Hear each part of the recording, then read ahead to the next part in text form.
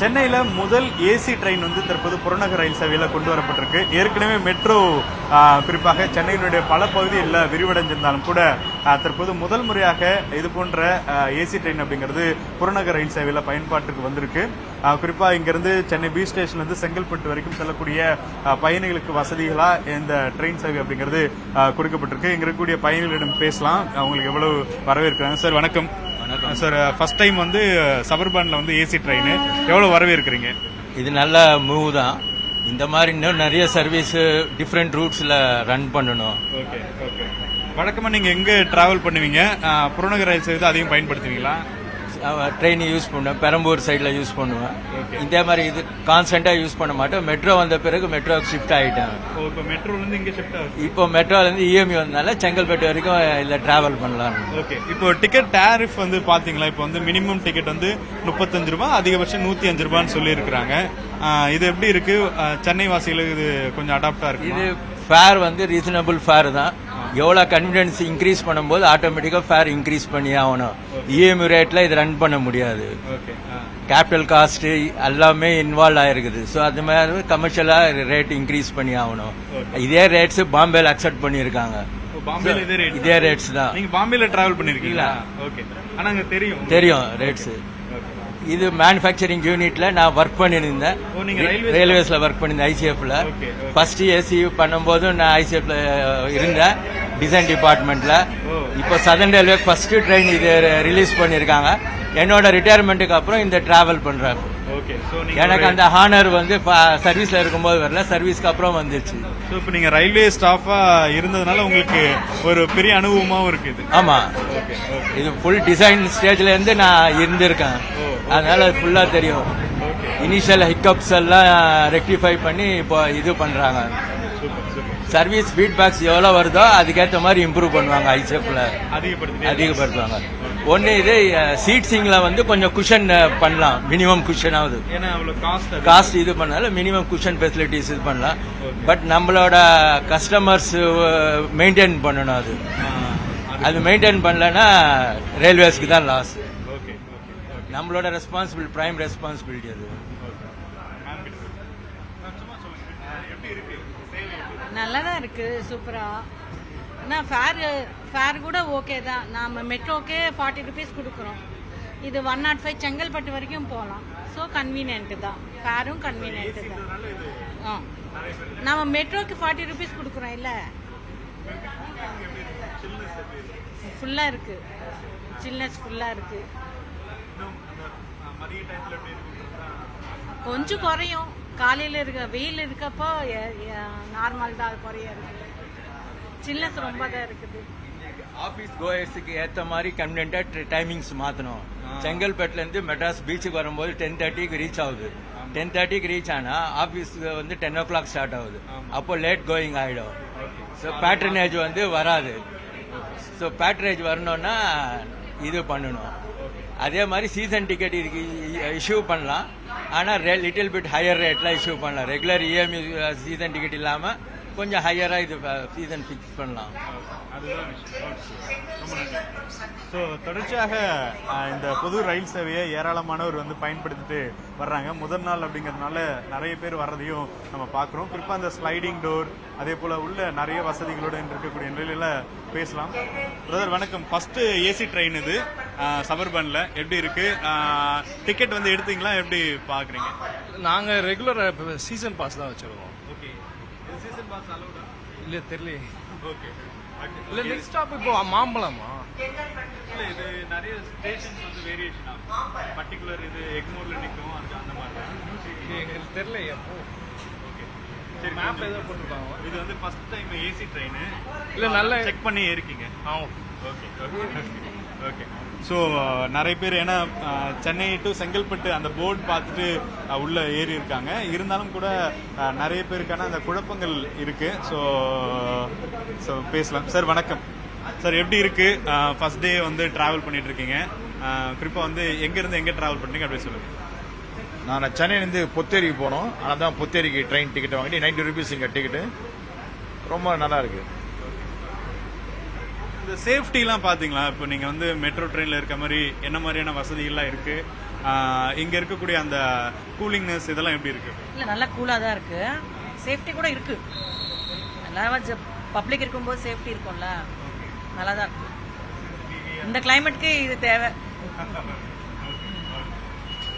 குறிப்பா நிறைய மக்களுக்கு வந்து குறிப்பா நம்மளுடைய புறநகர் ரயில் சேவையில ஏசி கம்பார்ட்மெண்ட்டும் வரணும் அப்படிங்கிற பெரிய ஆவலோட இருந்தாங்க. அதனுடைய ஒரு வெளிப்பாடாக தான் பார்க்குறோம். ஸோ இப்போ இந்த ட்ரெயினில் என்னென்ன வசதிகள்லாம் இருக்குது அப்படின்றத இப்போ நம்ம நேரடியாக பார்க்கலாம்.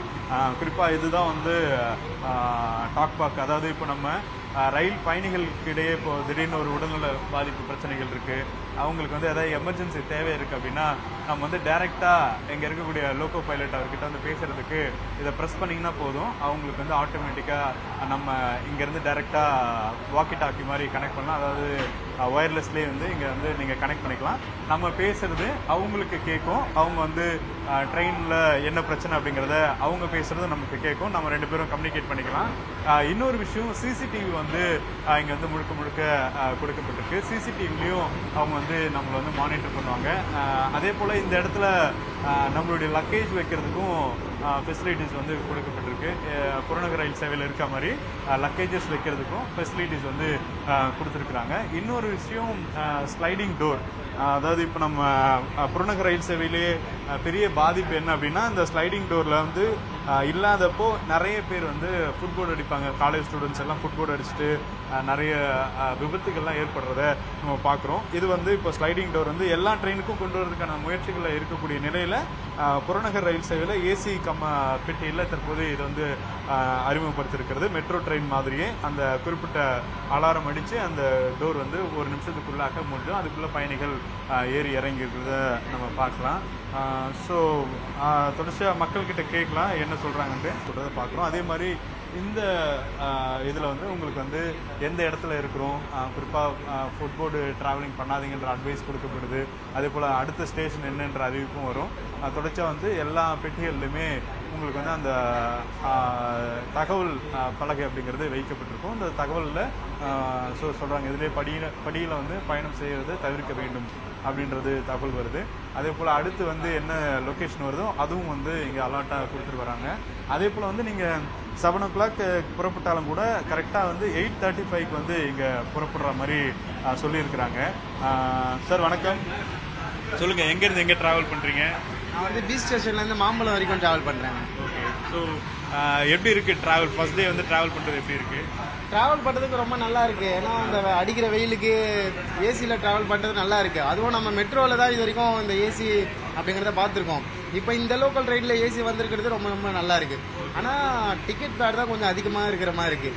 எவ்வளோ இருக்குது இப்போ டிக்கெட்? வந்து இப்போ 35 ரூபா மினிமம் போட்டிருக்காங்க. பீச்சிலேருந்து நார்மலாக நம்ம லோக்கல் ட்ரெயினில் பார்த்தோன்னா 5 ரூபாயில் ட்ராவல் பண்ணி வந்துடுவோம். ஆனால் இப்போ வந்து மாம்பழம் போடுறதுக்கு 40 ரூபா டிக்கெட்டு. அதை கொஞ்சம் கம்மி பண்ணால் நல்லாயிருக்கும் அப்படின்னு நினைக்கிறேன். எவ்வளோ வைக்கலான்னு சொல்கிறீங்க உங்களுடைய யோசனை? 20 ரூபா வைக்கலாம். 20 ரூபா. ஏன்னா இப்போ இந்த வழியில் பார்த்தீங்கன்னா நிறைய பேர் வேலைக்கு போயிட்டு வர்றவங்க தான் இருக்காங்க. இப்போ மெட்ரோவே மினிமம் 30 ரூபா நினைக்கிறேன்.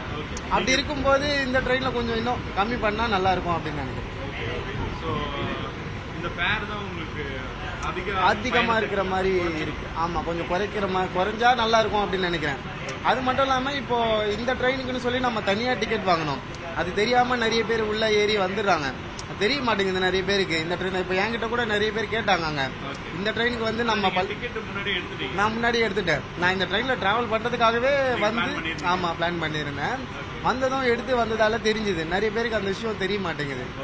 அதனால கொஞ்சம் டிக்கெட் மட்டும் இது பண்ணி எல்லாரும் காமனாக போகிற மாதிரி பண்ணாங்கன்னா நல்லா இருக்கும். ஏசி ட்ரெயின் எப்படி இருக்கு? எப்படி இருக்கு சொல்லுங்க. நல்லா இருக்கா? Okay okay. இந்த ட்ரெயின் இதுதான் ஃபர்ஸ்ட் டே தெரியும்ல, நீங்களும் ஃபர்ஸ்ட் டே வரீங்களா? ஹாப்பியா? Okay okay. ஸோ நிறைய பயணிகளுடைய கோரிக்கையாக சில பேர் வந்து இந்த டிக்கெட்டை வந்து அக்செப்ட் பண்ணாலும் அதில் இன்னும் பல கருத்துக்கள் இருக்குன்னு எதிர்பார்க்குறோம். சார் எப்படி இருக்கு சார் இந்த டிக்கெட் ஃபேர் எப்படி இருக்கு? Ticket fair okay sir, 100 rupees is okay. First class के 100 rupees, 105 rupees one way is okay sir. CC ticket எவ்வளோன்னு தெரியாது எனக்கு, அது பார்க்கணும். சிசி டிக்கெட் புக் பண்ணால் தான் தெரியும் எப்படி. ஸோ மினிமம் வந்து 35, மேக்ஸிமம் வந்து 105. 105. எஸ். ஸோ ஸோ இது வந்து அக்செப்ட் பண்ற மாதிரி இருக்கா? ஏன்னா இப்போ நிறைய பேசஞ்சர் வந்து புறநகர் ரயில் சேவை அப்படிங்கிறது ரொம்ப அந்த கம்மியான ரேட் அப்படின்றது தான் நிறைய பேர் டிராவல் பண்றாங்க. ஸோ இந்த ரேட் வந்து எப்படி இருக்கும்? இல்லை ஃபைன் சார். 100 rupees ஃபர்ஸ்ட் கிளாஸே 90 rupees சொல்கிறேன் இல்லை, 100 rupees ஆகுது. அப்போ 105 ஏசிக்கு okay sir. Fine, that's fine. My observation is I am very proud to say that our nation is progressing and it is coming in the high level, and it is a pride to travel in this AC train, and it is very convenient for me for going from instead of Egmore, if it is from Par, I will be very happy because I am very near and there is a heavy rush coming from Park railway station. So you please, I will be very happy since I was not knowing. Today I get into from that Egmore station, but it is Park my best friend are telling. So I am very happy. I am very so glad that our nation is having a good pride by introducing this train. Thank you. Thank you. So தொடர்ச்சியாக வந்து நம்ம இந்த coolingness வந்து நல்லா உணர முடியுது. குறிப்பாக இது வந்து மார்னிங் அப்படிங்கிறதுனால இன்னும் வெயிலுடைய தாக்கமும் இல்லை. இருந்தாலும் கூட வந்து இங்கே என்னென்ன பண்ணுறாங்க அப்படின்னா, கூலிங் சிஸ்டம் ஒரு பக்கம் இருந்தாலும் ஃபேனும் வந்து ஓடிட்டே இருக்குது. அதனால் அந்த கூலிங் அப்படிங்கிறது கண்டினியூவாக இருக்குன்ற மாதிரி நம்மளால் ஃபீல் பண்ண முடியுது. இந்த இடத்துல நின்னோம் அப்படின்னா இன்னும் அதிகமான சில்னஸ் வந்து கிடைக்குது. குறிப்பாக அதே மாதிரி இங்கே வந்து கிரிப்னஸும் நீங்கள் பார்க்கலாம். இப்போ நம்ம வந்து புறநகர் ரயில் சேவையில் நிறைய பயணிகள் வந்து ஏறுவாங்க. அவங்க வந்து ஹேண்டில் பண்ணக்கூடிய வகையில் கிரிப்பான ஒரு இது கொடுத்துருக்குறாங்க. ஸோ இது வந்து ஹேண்டில் பண்ணுறதுக்கு கம்ஃபர்ட்டாக இருக்கும். ஸ்டெயின்லெஸ் நல்ல ஒரு கிரிப்பான ஒரு அந்த என்ட்ரி இருக்குது. அதே மாதிரி சீட்டும் வந்து உங்களுக்கு கம்ஃபர்டபுளான ஒரு சீட்டு. இப்போ நீங்கள் இப்படி உட்காந்திங்க அப்படின்னா அந்த வியூ, அதாவது நம்ம குறிப்பாக வந்தே பாரத்தில் இருக்கிற மாதிரியான ஒரு வியூ வந்து கிடைக்குது. ஸோ இந்த கேப்பும் வந்து இப்போ நம்ம ரொம்ப டிஸ்டன்ஸாக இருக்குது. இப்போ 2 பேர் உட்கார்ந்தாங்க அப்படின்னா ரொம்ப பெரிய சிக்கலாக இருக்காது. 2 பேருக்கும் கம்ஃபர்ட்டாக வந்து இருக்கக்கூடிய வகையில் தான் இருக்குது. ஸோ இவ்வளோ கம்ஃபர்ட்டாக உட்காரலாம். அதே மாதிரி இந்த விண்டோ வந்து ஃபுல்லாக வந்து வியூ பண்ணுறதுனால உங்களுக்கு வந்து இந்த ஏசியும் வந்து லீக்கேஜ் இருக்காது.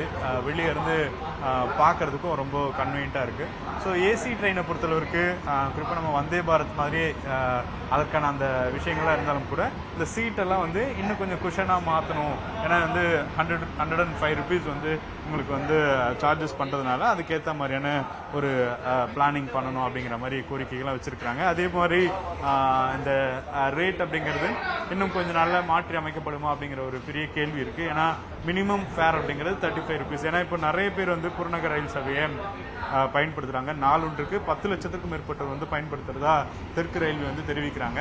அந்த வகையில் பார்க்கின்ற பொழுது புறநகர் ரயில் சேவையில் ஏசி கம்பார்ட்மெண்ட் அதிகமாக பயன்படுத்தணும் அப்படிங்கிற ஒரு டிமாண்ட் அப்படிங்கிறது வந்து இருக்கக்கூடிய நிலையில் அதை வந்து இன்னும் கூடுதலாக குறிப்பாக வந்து இது போன்ற சேவைகளில் வந்து அதிக அளவில் வந்து பயன்படுத்த வேண்டும் என்றால் இந்த டிக்கெட் ஃபேர் அப்படிங்கிறது எப்படி இருக்க போகுது, வருங்காலத்தில் எப்படி இருக்க போகுது, அதிகமாக மக்கள் பயன்படுத்தும் போது இதனுடைய டேரிஃப் அப்படிங்கிறது மாறுமா அப்படிங்கிறத பொறுத்து தான் பார்க்க வேண்டும். ஒளிப்பதிவாளர் மார்ட்டினுடன் வேல்முருகன், நியூஸ் 18 தமிழ்நாடு.